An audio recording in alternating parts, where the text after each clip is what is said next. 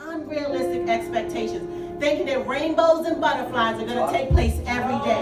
But we learned 5 practical ways that you can fight fair in your marriage. And the first one is understanding that your spouse is not your enemy. They are your teammate. You're not fighting against flesh and blood. You're fighting to knock out the issues, not each other. The second one was to control your tongue. Don't hit below the belt. The uppercut is the most harmful punch that you can give to someone because you can hit their organs. You can harm them beyond measure. But when you use your words to harm your spouse, what you're telling them is, I don't want you to step in the ring with me. Muhammad Ali was the greatest trash talker. Yes. He made his opponents not even want to step in the ring. And every time you use your words not to build up and edify your spouse, but you use them to tear them down, you're saying you're not going to step in this ring and fight this battle with me. And then you wonder why you feel like you're fighting alone. The third one is to put on your love gloves.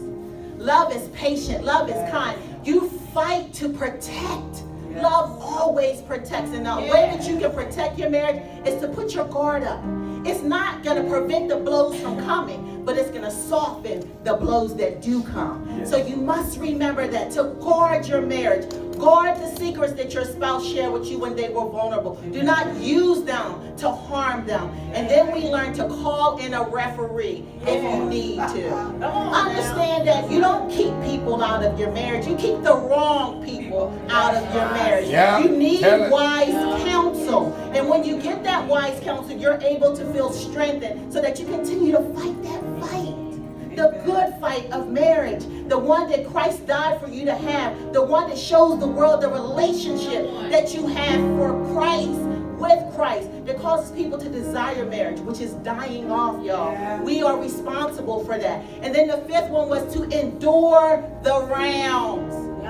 You want to quit every time, so I'm tired.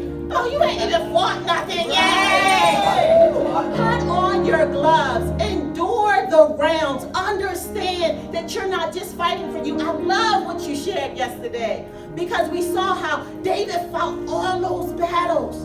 And what happened when Solomon took reign? He had peace all around him. He was able to build the temple for the Lord.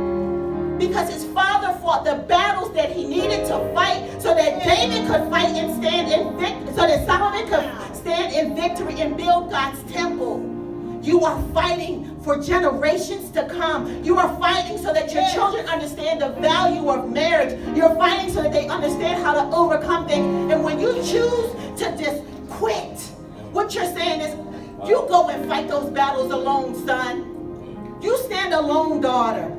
And so in our workshop, we learned the importance of doing these things. And we also learned that when you feel like you're the only one fighting alone, maybe you need to work on some shadow boxing techniques. Maybe you need to focus in on yourself. And maybe you need to understand that maybe you are the only one in your marriage fighting, but you're not the only one fighting because God is always fighting for you. He is always fighting with you. And maybe, just maybe, you need to step in that ring alone because it's your issue, not your spouse's. Maybe God needs you to understand that your spouse didn't cause this, you did. Deal with it. And when you deal with it, you understand that you are fighting from a place of victory, and that victory makes you want to fight some more. You're like, come on, devil! Give me what you got. And then you don't make your spouse an idol, because if they can solve all your problems, what's your need for God? Amen. And we all need him so desperately. So you fight for your marriage. You fight for the generations to come. And understand that you might get knocked down, but you will never get knocked out. Because you have the Father, the Son, and the Holy Spirit who are our judges. And they already called us victorious. We're already the undefeated champions. Be blessed.